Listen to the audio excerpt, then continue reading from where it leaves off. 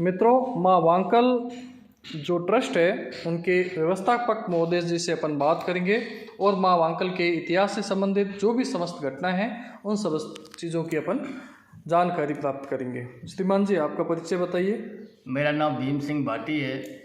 गांव मेरा खारिया गोगलिया है। हाल 4 मार्च 2018 से वांकल धाम बिरात्रा माता धर्माज ट्रस्ट में व्यवस्थापक के पद पर कार्यरत हूँ।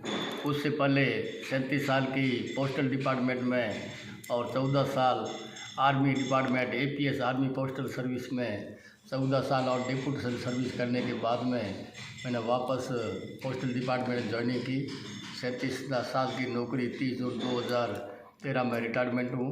उसके बाद में 4 मार्च 2018 से व्यवस्थापक के पद पर यह सेवा दे रहा हूँ। यहाँ के अध्यक्ष महोदय कौन है और कोषाध्यक्ष वगैरह उनका भी हमारे वांकल धाम बिरात्रा में टोटल ट्रस्ट बना हुआ है, जिसमें टोटल 31 ट्रस्टी है, जिसका संचालन 1985 से चल रहा है।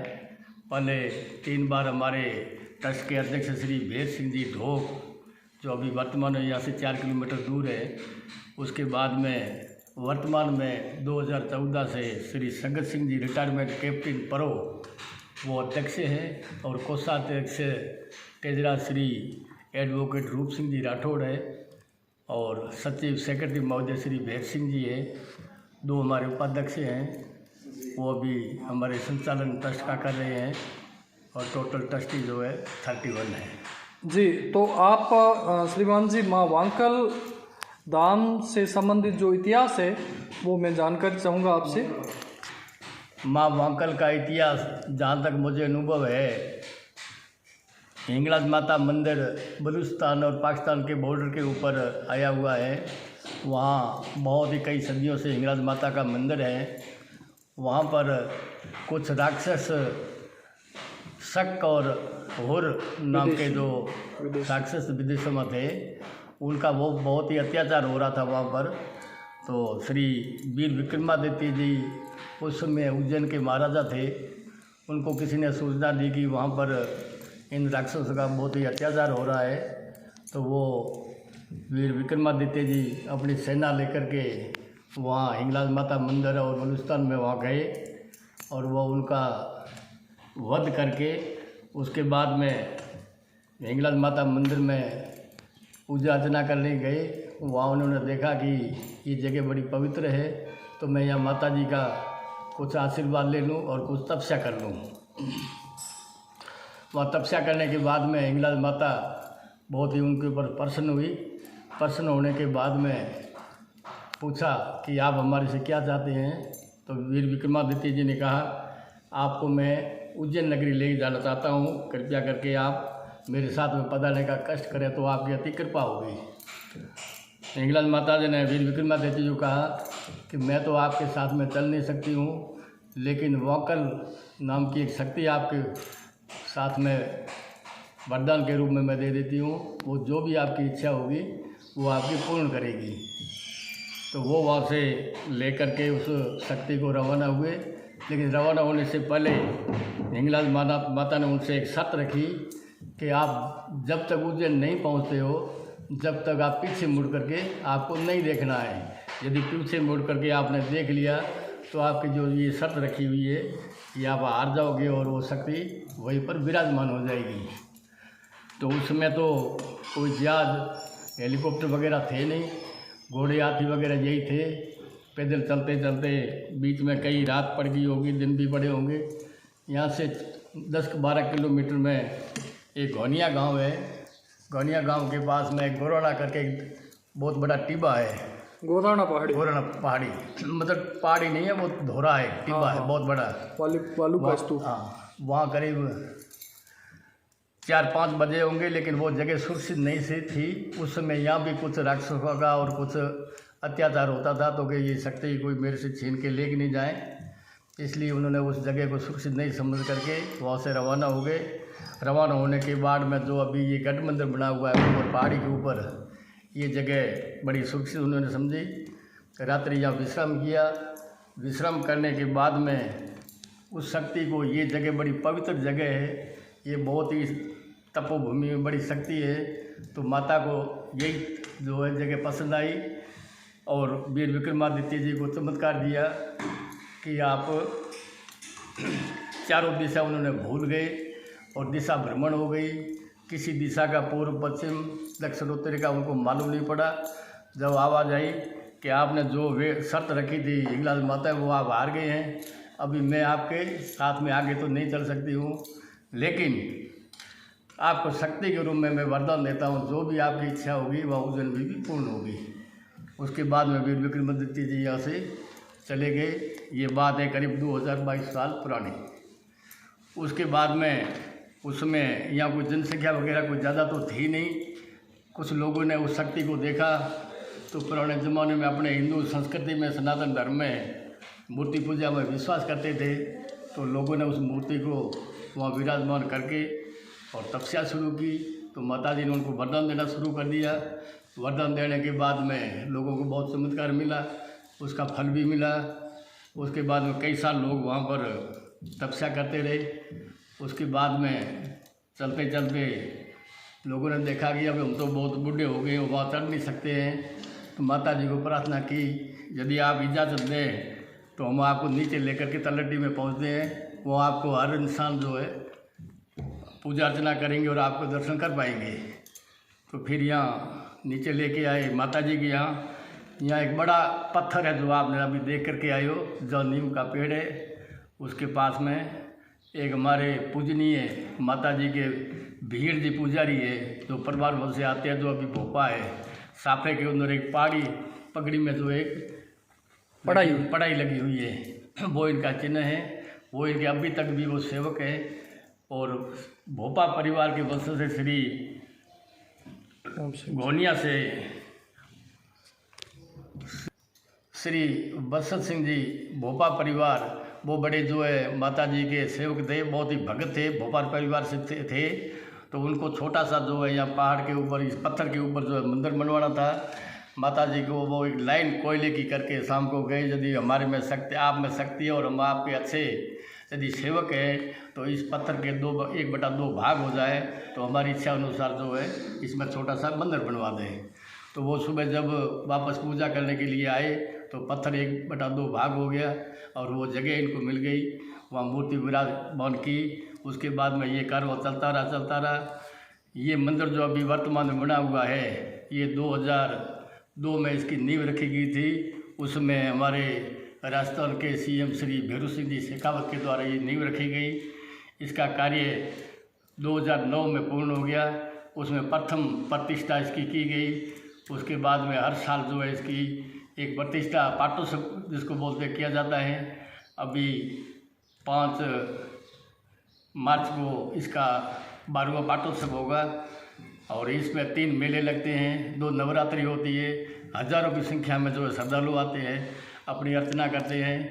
यहाँ धर्मशाला बनी हुई है ठहरने के लिए, भोजन की यहाँ व्यवस्था है, भोजनशाला भी बनी हुई है। श्रीमान जी ने जैसा कि बताया कि मध्य एशियाई विदेशी जातियां शक और हूणों को उज्जैन के शासक महाराजा विक्रमादित्य पराजित करके और साथियों माता जी को बलूचिस्तान पाकिस्तान से साथियों हिंगलाज नामक स्थान से लेके आए और यहाँ पे साथियों पहले पहाड़ी के ऊपर विराजमान किया माता जी को। कालांतर में तलहटी में एक भव्य मंदिर, जो कि मैंने आपको वीडियो के अंदर समस्त चीज़ें बता रखी है। साथियों मैं अब श्रीमान जी से कुछ चीज़ें चाहूँगा। साथियों एक तो आपको पढ़ाई चीज़ समझ में आ गई, साफे के अंदर जो एक छोटी सी पट्टी पहनी जाती है जिसे पढ़ाई कहते हैं। अब मुझे एक चीज़ बताइएगा श्रीमान जी कि यह जो वांकल माता है वो किसकी कुल देवी है और उनके जो वंशज है उनके ब्रांचेज किस किस गांव में फैले हुए हैं? ये 36 कौम की 36 जातियाँ इसकी कुल देवी है, जिसमें बोहरा समाज है, ब्राह्मण समाज है। और सर हम किताबों में जैसा कि पढ़ते हैं कि भोपा वंश की कुल देवी के रूप में बताते हैं, क्या यह चीज़ सही है? पुस्तकीय ज्ञान के अकॉर्डिंग मैं बता रहा हूं क्योंकि मैं खुद भी कोचिंग संस्थान में पढ़ाता हूं, तो आप मुझे थोड़ा सा इसका स्पष्टीकरण कीजिएगा। ये भोपा परिवार की इष्ट देवी है, इनकी जो है कुल देवी नहीं है, लेकिन इनके जो है पुजारी और सेवक जो भीड़ वंशज हैं जो 21-22 पीढ़ियों से जो इनके साथ में ही आते रहे हैं। और इनके जो है इष्ट देवी है, ये कुल देवी इनकी नहीं है। और उस समय पुराने ज़माने में साफे लोग सभी पहनते थे, इसलिए ये जो है पढ़ाई डाली हुई है, ये इसका इनका निशान था कि ये इनकी इष्ट देवी है और ये भोपा परिवार से है। इनकी मतलब ये एक तरह की निशानी है। भोपा परिवार इनके इष्ट देवी हैं। 5 गांव हैं इनके भोपा परिवार के। यहाँ नज़दीक में 4 किलोमीटर में घोनिया है, यहाँ से पूर्व पश्चिम साइड में 10 किलोमीटर पे ढोक है और सनाऊ गांव है, परो और जसई 5 भोपों के गांव हैं। श्रीमान जी, ऐसी किंवदंतियाँ चलती है कि यहाँ पे एक तो कौवा नहीं आता है और जो चारण कौम के अंदर जो रत्नोच्चारण है वो नहीं आते हैं। इसके पीछे कोई लॉजिक है क्या? रत्नोच्चारण कुछ लोग बताते हैं, विशेषकर जहाँ तक मुझे जानकारी है, यहाँ कुछ पुराने ज़माने में लोग पशु उनके कुछ चोरी हो गए थे, यहाँ लेके आए थे और उन्होंने यहाँ कुछ इस वंशज भोपा परिवार को कुछ ऐसे ही कोई व्यवहार किया होगा, तो उसमें उनको एक तरह का श्राप दे दिया था इन भोपा परिवार ने, जो अभी इनके वंशज है। तो उनको यहाँ आने के बाद में जो उनको संतुष्टि नहीं मिलती और उनका जो भी कार्य सिद्ध होता है वो उल्टा हो जाता है। इस वजह से रत्नोच्चारण यहाँ आते भी नहीं है। और कौओं का क्या लॉजिक है? कौवे का लॉजिक ऐसे पहले यहाँ कुछ बलि वगैरह होती होगी, जो कौवे बहुत ज़्यादा आते थे और वो जो है यहाँ के जो पवित्र भूमि को जो है अपवित्र कर देते थे। माता ने उनको एक तरह का श्राप दे दिया है, जो कौवे यहाँ बिल्कुल ही नहीं आते हैं। तो सर मुझे एक बार बताइए कि यहाँ पे मंदिर प्रांगण है और इसके आसपास के क्षेत्रों में जो प्रमुख मंदिर कितने हैं, और जो भी यदि कोई प्रमुख मंदिर कहाँ पे स्थापित है उससे संबंधित भी बताइए। कोई पुस्तकों में कोई क्वेश्चन आते हैं, जैसे 1-2 बार क्वेश्चन आ चुके हैं कि विश्व की सबसे बड़ी ओरण किस देवी की है, तो ये हमारे माता जी श्री वांकल माता जी की। इसी तरह मुझे बताइए थोड़ा सा इनके ब्रांचेज, मंदिर की ब्रांचेज के बारे में बताइए। माता जी का मेन मंदिर पहले गढ़ मंदिर में था, उसके बाद में नीचे जो अभी वर्तमान अपन जो ठहरे हुए ये है, इसकी 12 टोटल ब्रांचें हैं। जो 3 ब्रांचें इसकी चोटन गांव के अंदर बसी हुई है। एक ढो के थोड़ा सा आगे की साइड में तोरनिया माता मंदिर करके है। एक आदपुरा भवानी है जो गढ़ मंदिर से नीचे, तोरनिया मंदिर, आदपुरा भवानी, और कग्गाना मंदिर है, कग्गाना मंदिर। एक बैरथान मंदिर है, वैरथान मंदिर।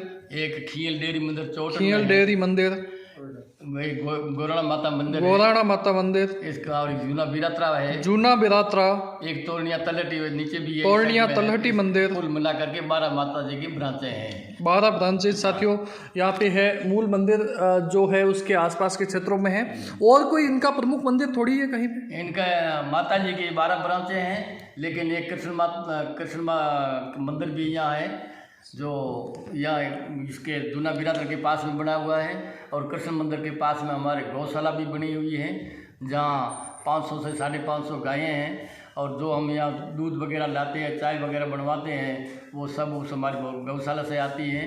और डोनेशन भी गवर्नमेंट से अभी शुरू हो गया है, लेकिन डोनेशन में खाना पूर्ति मान हो जाती है, जब नहीं होती है तो उसका संचालन ट्रस्ट द्वारा किया जाता है।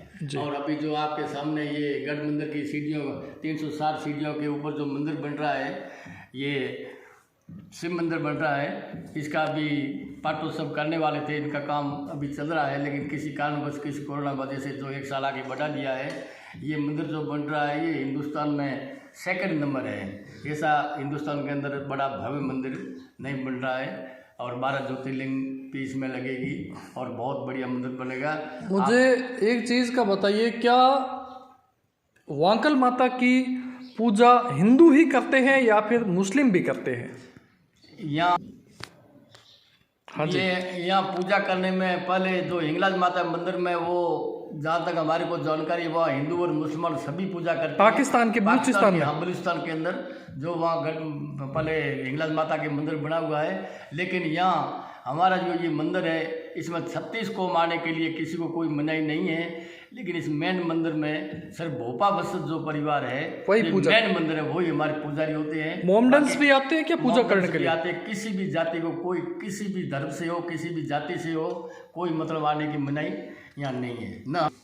यहाँ पर मुस्लिम भी आते हैं, मुस्लिम भी पूजा करते हैं। मुस्लिम भी यहाँ पूजा करने के लिए आते हैं, माथा टेकने के लिए आते हैं, माता से आशीर्वाद लेने के लिए आते हैं। हमारे जो अभी जो वर्तमान में MLA साहब है सिम में अमीन खान साहब, वो भी यहाँ 1-2 बार पधारे हुए हैं। उन्होंने भी यहाँ माता जी से जो है प्रार्थना ली है। और सब धर्मों के लोग यहाँ आते रहते हैं, चाहे वो मुस्लिम हो, चाहे हिंदू हो, चाहे ईसाई हो, किसी भी धर्म से जुड़ा हुआ हो। धन्यवाद श्रीमान जी, आपका बहुत बहुत आभार। आपने माता जी के इतिहास से संबंधित समस्त जानकारी दी। मित्रों, अब अपन बात करेंगे जो भीड़ जी भोपा है उनसे संबंधित, जो आपको मंदिर के दर्शन करवा करके और उसके बाद में। Thank you so much students, like share subscribe करना ना भूलें। साथियों, मावांकल के मीटिंग हॉल की बात करते हैं। साथियों, यहाँ पे पोडियम में जहाँ से मंच का संचालन किया जाता है, वाह क्या शानदार